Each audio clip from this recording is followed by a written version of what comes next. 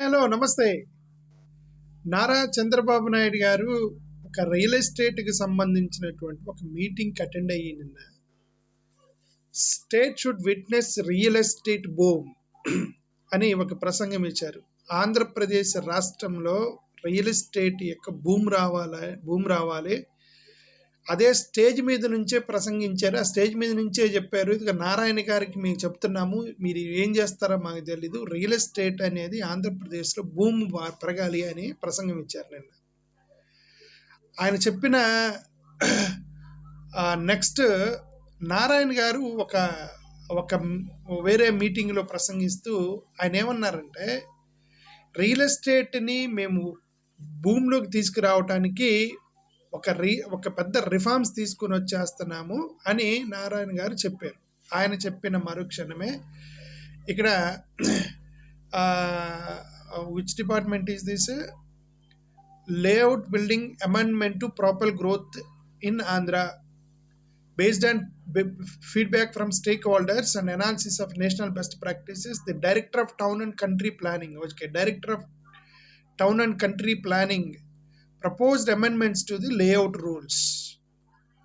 వెంటనే వీళ్ళు ఏం చేశారు, ఒక రియల్ ఎస్టేట్ని మనం బాగా పెంచాలంటే, భూమిలోకి తీసుకురావాలంటే మనము ఏం చెయ్యాలి అనే దాని మీద కొన్ని రిలాక్సేషన్స్ తీసుకొచ్చారు.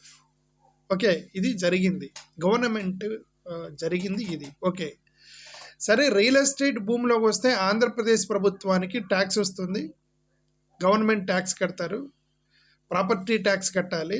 రియల్ ఎస్టేట్ భూమి అనేది, remember there is a difference. Real estate భూమి అనేది రావటం ద్వారా గవర్నమెంట్కి ఇన్కమ్ ట్యాక్స్ వస్తుంది, ప్రాపర్టీ ట్యాక్స్ వస్తుంది. అది కట్టిన తర్వాత కూడా ప్రాపర్టీ ట్యాక్స్ కడుతూ ఉండాలి ఇల్లున్న వాళ్ళు. బట్ ఎవరు కట్టాలి ఇది అనేదాన్ని ఎప్పుడన్నా గవర్నమెంట్లో ఆలోచించాయా?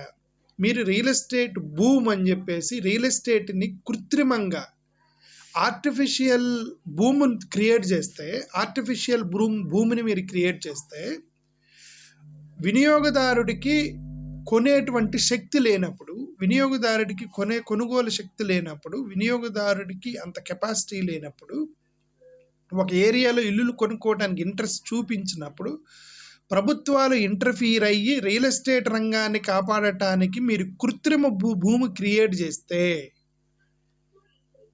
అది భారం ఎవరి మీద పడుతుంది? ప్రజల మీద కదా పడుతుంది.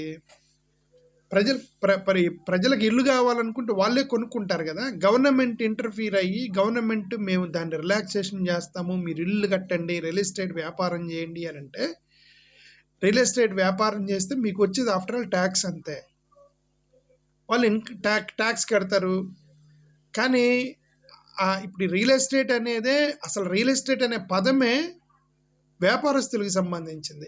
బిల్డింగ్లు కట్టేవాళ్ళు, real estate brokers, real estate middle men, వీళ్ళందరూ కమిషన్లు తీసుకొని ఒక చిన్న స్థలాన్ని అమ్మటానికి, కొనుక్కోవడానికి ఒక సాధారణ మిడిల్ క్లాస్ ఫ్యామిలీ వాడు ఇల్లు కూడా కొనుక్కోలేనటువంటి రేట్లు పెట్టేస్తున్నారు. రియల్ ఎస్టేట్లో ఇల్లు కూడా కొనుక్కోలేనటువంటి రేట్లు పెట్టి అటు సెట్ చేస్తారు. ఎందుకు? రియల్ ఎస్టేట్ అనేది ఏమైనా సోషల్ సర్వీస్ కాదు కదా. Real estate is business. వాళ్ళకి లాభాలు రావాలి. ₹1,00,00,000 పెట్టి నేను ల్యాండ్ కట్టి ఒక బిల్డింగ్ కడితే దాన్ని 2 కోట్లకు అమ్మడానికి ప్రయత్నం చేస్తున్నారు రియల్ ఎస్టేట్ వాళ్ళు. ఇక్కడ ప్రజలకి దాన్ని 2 కోట్లు పెట్టి కొనుక్కోవాల్సి వస్తుంది.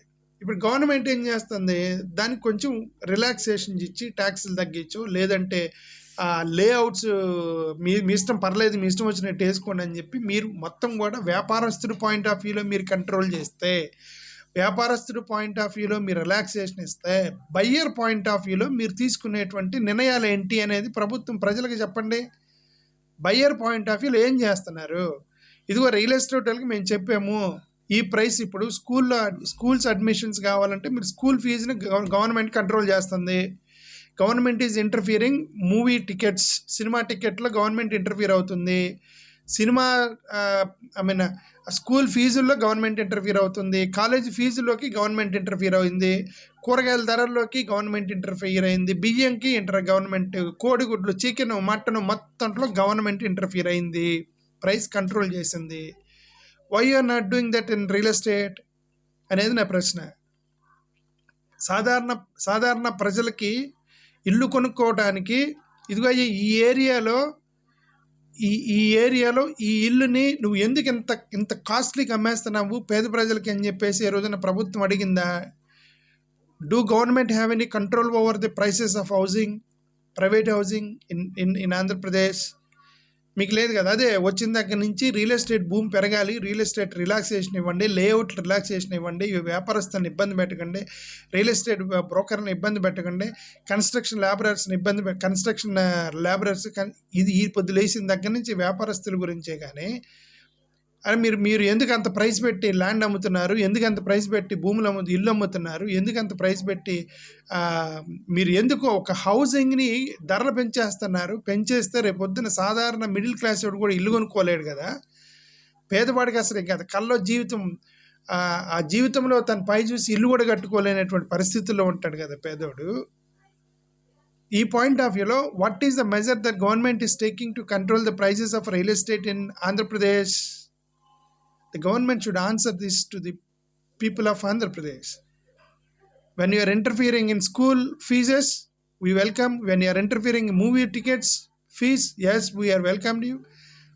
You are interfering in prices of necessary goods. You are interfering in everywhere, even medical.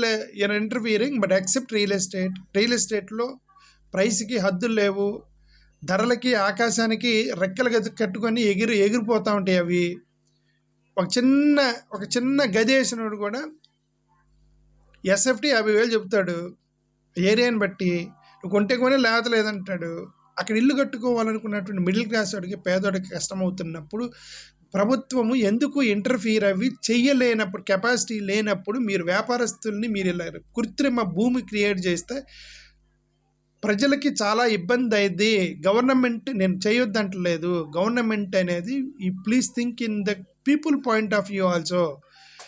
Don't always think about real estate construction labourers, construction workers, construction employees, real estate వ్యాపారస్తులు, real estate రంగము, real estate రంగం కరెక్టేనండి. Buying రంగం గురించి గవర్నమెంట్లో ఆలోచించరా? Buyers గురించి ఆలోచించరా? బయర్స్కి మనం ఏమి ఇద్దాము, ఎంత ప్రైస్కి తగ్గిస్తాము, ఎంత తక్కువ ప్రైస్కి ఇద్దాము అని ఏమి ఆలోచించరా? వ్యాపారస్తులను పిలిచి మీరు ఎందుకంటే ఒక్కొక్క ఎస్ఎఫ్టీ అంత ల్యాండ్ అంత రేట్ ఎందుకు చెబుతున్నారు మీరు? పేదోడు ఎలా కొనుక్కుంటాడని ఎప్పుడన్నా వ్యాపారస్తులకు చెప్పిందా ప్రభుత్వం? చెప్పిందా ఎప్పుడైనా ప్రభుత్వం వ్యాపారస్తులకి? చెప్పలేదు కదా. అదే జగన్మోహన్ రెడ్డి గారు అక్కడ అమరావతిలో పేదోళ్ళకి ఇల్లులు ఇస్తానంటే అడ్డుపడ్డారు వీళ్ళు. జగన్మోహన్ రెడ్డి గారు ఈ యొక్క జగనన్న కాలనీలను కట్టేస్తే అవి వాటిని అడ్డుపడ్డారు ఇవ్వకుండా. పేద ప్రజలకి అందుకే అది ఒక్కోసారి ఏమనిపించింది, నిజంగా జగనే బెటర్ అనిపించింది. ఎందుకంటే ఈ పేదల మొత్తానికి ఈ జగన్మోహన్ రెడ్డి ఉన్నప్పుడు రియల్ ఎస్టేట్ మొత్తం పడిపోయింది. జగన్మోహన్ రెడ్డి ఉన్నప్పుడు రియల్ ఎస్టేట్ మొత్తం పడిపోయిందండి. అంటే రియల్ ఎస్టేట్ అంటే వ్యాపారస్తుల వ్యాపారం పడిపోయింది, రియల్ ఎస్టేట్ రంగం పడిపోవాలా. ఎందుకంటే మొన్న రాజ్యసభలో అడిగిన దాంట్లో కన్స్ట్రక్షన్ సెక్టారు 8% 9% పెరిగింది జగన్ గవర్నమెంట్లో. 2019తో పోలిస్తే 2024కి కన్స్ట్రక్షన్ సెక్టర్ ఆర్బీఐ డేటా ప్రకారం పెరిగింది. బట్ ఈ వ్యాపారస్తుల యొక్క ధరను మనందే దాన్ని పడగొట్టాడు జగన్. వ్యాపారస్తుల యొక్క దందాన్ని పడగొట్టాడు 100%. మేబీ జగన్ ఉంటే బెటర్ ఏమో అనిపించేది ఒక్కోసారి. Okay, thank you sir. అంటే బెటర్ ఏమని అంటే అర్థం నేనేది మీ ఇలా క్రిటిసైజ్ చేయాలని నా ఉద్దేశం కాదు. చంద్రబాబు నాయుడు గారు ప్రభుత్వం కూడా ఈ మీరు తీసుకున్నటువంటి ఈ measures, GO number 3, GO number 4 జీవోలు ఇచ్చారు కదా, ఆ జీవో నెంబర్ 6, 7 కూడా పేద ప్రజలను ఆదుకునే పాయింట్ ఆఫ్ వ్యూలో కూడా జీవోలు ఇవ్వండి అంటా నేను. వ్యాపారస్తులను ఆదుకునేది కాదు, పేద ప్రజలను వాళ్ళు కూడా ఇల్లు కొనుక్కునే విధంగా జీవోలు ఇవ్వండి అంట. అది చెప్పే. Thank you.